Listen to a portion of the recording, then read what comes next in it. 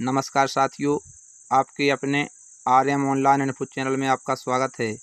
साथियों, मध्य प्रदेश में आंगनबाड़ी कार्यकर्ता एवं सहायिका के 19,505 पदों पर जो भर्ती निकाली गई है, यदि आप इस भर्ती से संबंधित जानकारी चाहते हैं, आप जानना चाहते हैं कि हमारी ग्राम पंचायत में कौन सा पद रिक्त है और उसमें किस प्रकार से आप आवेदन करेंगे, साथ ही आप उसकी रूल्स बुक देखना चाहते हैं कि किस प्रकार से इसमें चयन होगा, किस प्रकार से मेरिट बनाई जाएगी और इसमें आवेदन करने हेतु क्या पात्रता शर्तें रहने वाली हैं, इस वीडियो में हम आपको सभी जानकारी देने वाले हैं।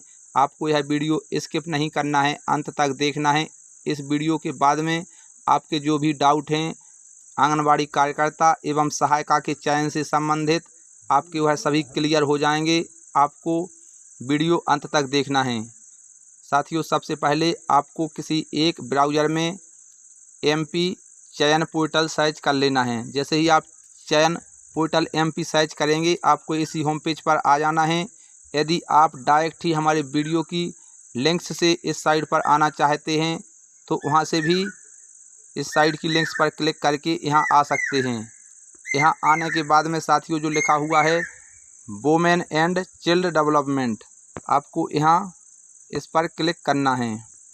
जैसे ही यहाँ आप गो पर क्लिक करेंगे, साथियों यहाँ से आपको यह अगले पेज पर भेज देगा। देखिए, यहाँ गो पर क्लिक करते ही आप इस पेज पर आ जाएंगे। यहाँ से साथियों, जो लेफ़्ट साइड में लिखा हुआ है आंगनबाड़ी कार्यकर्ता एवं सहायिका पद के भर्ती प्रक्रिया, यहाँ से साथियों इस पर आपको क्लिक करना है। जैसे ही इस पर आप क्लिक करेंगे, आपके सामने इस प्रकार से अगला पेज खुल के आ जाएगा। साथियों, यह चयन पोर्टल पर सभी जानकारी उपलब्ध है। यहाँ से आप देख सकते हैं महिला एवं बाल विकास विभाग अंतर्गत भर्ती प्रक्रिया हेतु संबंधित समय सारणी। साथियों, यहाँ से आप देख सकते हैं स्टार्ट डेट है जो 20 जून 2025 से आवेदन होना शुरू हो गया है। इसके बाद में साथियों आप 4 जुलाई 2025 तक आवेदन कर सकते हैं। यदि साथियों आप आवेदन करना चाहते हैं तो यहाँ जो अप्लाई लिखा हुआ है, इस पर क्लिक करके आप आवेदन कर सकते हैं। इससे पूर्व साथियों, आपको पहले उसकी रूल्स बुक से उसके नियम शर्तें एवं किस प्रकार से चयन होना है, यह जानकारी देखना है। इसके बाद में आप आवेदन करें तो सबसे पहले आपको जो लिखा हुआ है रूल बुक्स आंगनबाड़ी कार्यकर्ता एवं सहायिका के नियुक्ति निर्देश, यहाँ से साथियों आपको इस पर क्लिक करके यहाँ से इसको पीडीएफ में ओपन करके सभी रूल्स देख लेना है। यदि आप इसको पीडीएफ में डाउनलोड करना चाहते हैं तो जो डाउनलोड का निशान बना हुआ है, यहाँ आपको इस पर क्लिक कर लेना है। यहाँ पर क्लिक करते ही साथियों यह सूची आपके सामने डाउनलोड होकर के आ जाएगी। देखिए साथियों, जैसे ही हमने डाउनलोड पर क्लिक किया है, हमारे सामने वह रूल बुक्स डाउनलोड होकर के आ गई है। यहाँ से आप इसमें बारी बारी से सभी जानकारी पढ़ सकते हैं। आपको सीधे जहाँ पर आपको आवश्यक पॉइंट हैं वह देखना है। विषय में आप देख सकते हैं आंगनबाड़ी कार्यकर्ता एवं सहायिका के चयन एवं नियुक्ति, अवकाश, सुविधाएं एवं सेवा संबंधी निर्देश। यानी साथियों यहाँ विषय में आपको क्लियर हो गया है कि यह जो आदेश है यह आंगनबाड़ी कार्यकर्ता एवं सहायिका की नियुक्ति से संबंधित है। इस प्रकार से आपको स्क्रॉल करते हुए नीचे आना है और जो मुख्य बिंदु है आपको वह देखना है। आंगनबाड़ी कार्यकर्ता एवं सहायिका की नियुक्ति निर्देश, इसमें आप स्वयं डाउनलोड करके यहाँ से सभी जानकारी पढ़ सकते हैं और उसको ठीक से समझ सकते हैं। साथियों, जो मुख्य पॉइंट है आयु, इसमें आप देख सकते हैं 18 वर्ष से 35 वर्ष के बीच में होना चाहिए। इसमें जो छूट मिलती है वह अलग अलग नियम अनुसार छूट उपलब्ध होगी। यहाँ पर साथियों मूल निवासी की भी जानकारी दी हुई है कि वह उसी ग्राम का निवासी होना चाहिए। जिस ग्राम में रिक्त पद है वह व्यक्ति अपने ग्राम में ही आवेदन कर सकेगा। अन्य ग्राम के व्यक्ति को या अन्य ग्राम पंचायत के व्यक्ति को आवेदन करने की पात्रता नहीं है।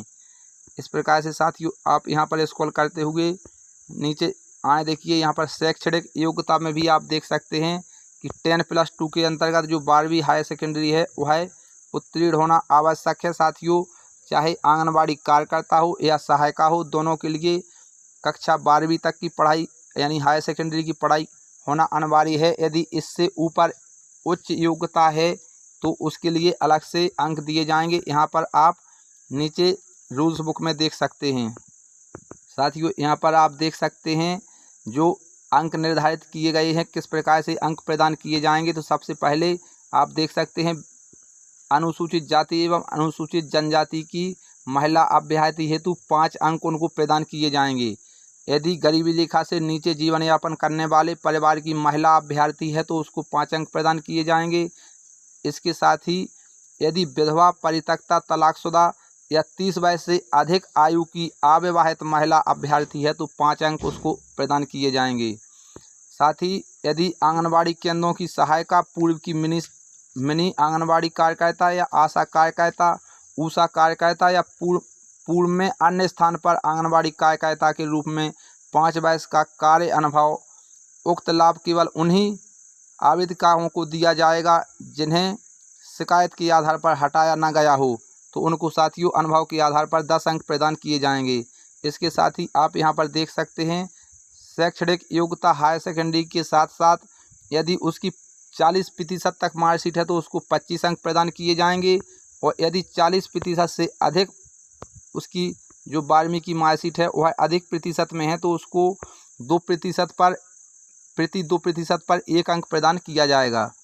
यानी साथियों इस प्रकार से आपकी मेरिट लिस्ट बनाई जाएगी। साथ ही यदि आप 12वीं से हायर सेकेंडरी से और कोई उच्च योग्यता है, यानी आपके पास में स्नातक है, तो आपको 10 अंक अलग से प्रदान किए जाएंगे। इसके बाद में बोनस अंक आंगनबाड़ी कार्यकर्ता, पूर्व की मिनी आंगनबाड़ी कार्यकर्ता जो प्राकृतिक कारण से या दुर्घटनाग्रस्त होने के कारण से मृत्यु हो जाती है, उनके परिवार में यदि कोई योग्य है तो उसको अलग से 10 अंक प्रदान किए जाएंगे। इस प्रकार से साथियों कुल टोटल 100 अंकों की मेरिट लिस्ट बनाई जाएगी। इसी प्रकार से उसका चयन होगा। साथियों पूर्व में आंगनबाड़ी कार्यकर्ताओं एवं सहायिकाओं की जो भर्ती होती थी उनके आवेदन ऑफलाइन होते थे और वहां पर भ्रष्टाचार के कई मामले सामने आते थे। इस बार सरकार ने ऑनलाइन आवेदन करवाने की प्रक्रिया शुरू की है।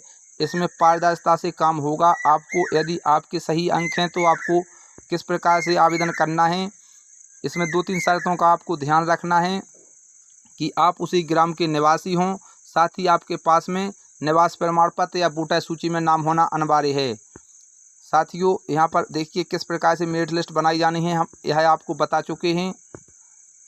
साथियों यदि आप जानना चाहते हैं कि हमारी ग्राम पंचायत में रिक्त पद है कि नहीं है तो आप किस प्रकार से चेक करेंगे, साथ ही आप किस प्रकार से ऑनलाइन आवेदन करेंगे, इस हेतु सबसे पहले आपको जो लिखा हुआ है आंगनबाड़ी कार्यकर्ता एवं सहायिका पद हेतु ऑनलाइन आवेदन, यहाँ पर साथियों आपको इसके सामने जो लिखा हुआ है अप्लाई, यहाँ अप्लाई पर क्लिक करना है।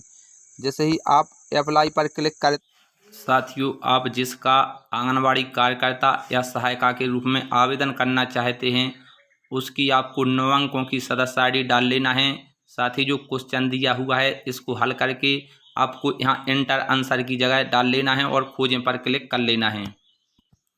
खोजें पर क्लिक करते ही साथियों आपके सामने जिसकी आपने सदस्य ID डाली है उसकी डिटेल्स शो होने लगेगी। यहाँ पर देखिए आप उस आवेदका का नाम, उसके पिता या पति का नाम देख सकते हैं, साथ ही उसकी जन्म तिथि और 1 जनवरी 2025 को आवेदक की कितनी आयु हो रही है, यहाँ पर सामने आप उसकी आयु देख सकते हैं। इस प्रकार से साथियों आपका जो समग्र ID में डाटा है वह समग्र ID डाल के खोजें पर क्लिक करते ही शो होने लगेगा। यहाँ से आपको सभी डिटेल्स चेक कर लेना है। यदि आपकी समग्र ID में KYC नहीं की हुई है तो साथियों पहले आपको KYC करना है, तभी यहाँ पर आप आवेदन कर पाएंगे। यहाँ पर देखिए साथियों वैवाहिक स्थिति में आप विवाहित हैं तो विवाहित कर लेना है या अविवाहित हैं तो अविवाहित सिलेक्ट कर लेना है। इसके बाद में साथियों आपको नीचे आना है, पद हेतु आवेदन, आप जिस संभाग से हैं आपको वहाँ अपना संभाग सिलेक्ट कर लेना है। इसके बाद में साथियों आपका जो भी जिला है वह जिला सिलेक्ट कर लेना है।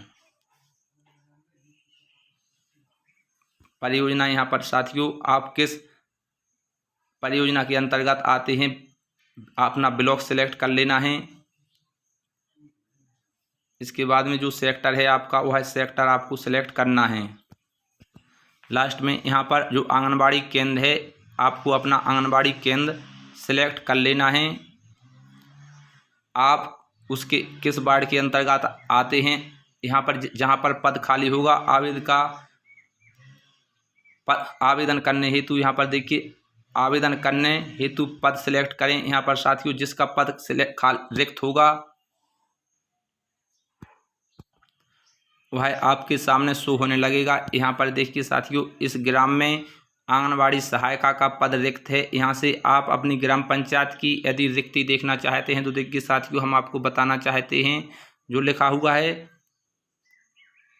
आवेदन करने हेतु पद, यहाँ पर आप क्लिक करेंगे इसके सामने तो जो भी पद रिक्त होगा यहाँ पर वह ओपन हो जाएगा। इसके बाद में साथियों क्या आप मध्य प्रदेश के मूल निवासी हैं और उस ग्राम के निवासी हैं जहां पर रिक्त पद है, तो यदि आप हाँ करेंगे तभी आवेदन कर पाएंगे। यदि आप उस ग्राम के निवासी नहीं हैं और नहीं सिलेक्ट करेंगे तो आप बैक हो जाएंगे, आवेदन नहीं कर सकते हैं। तो यहाँ पर साथियों हम हाँ सिलेक्ट करते हैं।